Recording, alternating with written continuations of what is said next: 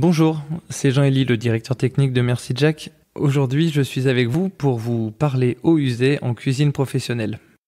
Les eaux sales et les eaux de nettoyage de cuisine de restaurants, bouchers, charcutiers, traiteurs doivent systématiquement être traitées.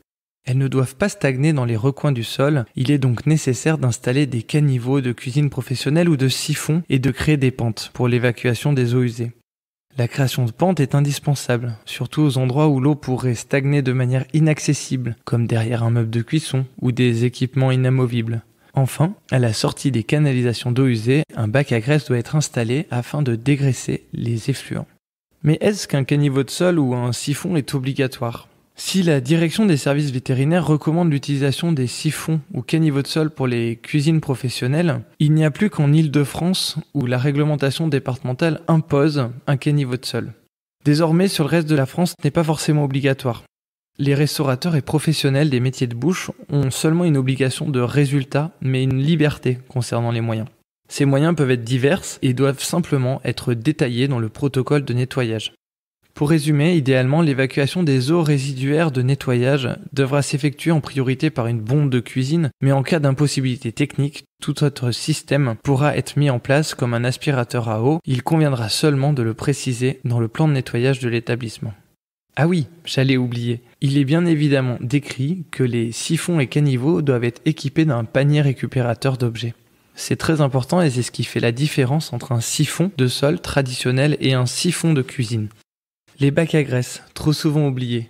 Leur utilisation est obligatoire en restauration traditionnelle collective dans les cuisines de métiers de bouche.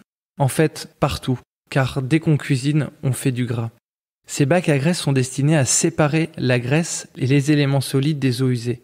Ils permettent d'éviter l'obturation des réseaux d'évacuation et la formation de mauvaises odeurs dans les canalisations. À ce sujet, je vous invite à taper canalisation graisse Londres sur Google pour vous rendre compte à l'échelle urbaine des dégâts que cela peut représenter quand il n'y a aucun dispositif de traitement de graisse en ville. Pour donner quelques billes techniques sur du dimensionnement, voici quelques réservations qui sont généralement demandées dans le matériel de cuisine professionnelle. Pour les plonges, on restera sur des évacuations gravitaires en diamètre 400, qui seront positionnées à des hauteurs de 400 ou 500 mm du sol.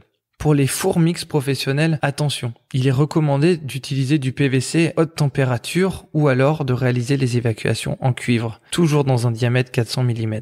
Enfin, les lave-verres, machines à glaçons, machines à gâche pilé seront évacuées en 400 mm, mais attention, leur évacuation est plus bas, quasiment au niveau du sol, car ces machines-là se vidangent par gravité et non par pompe de relevage.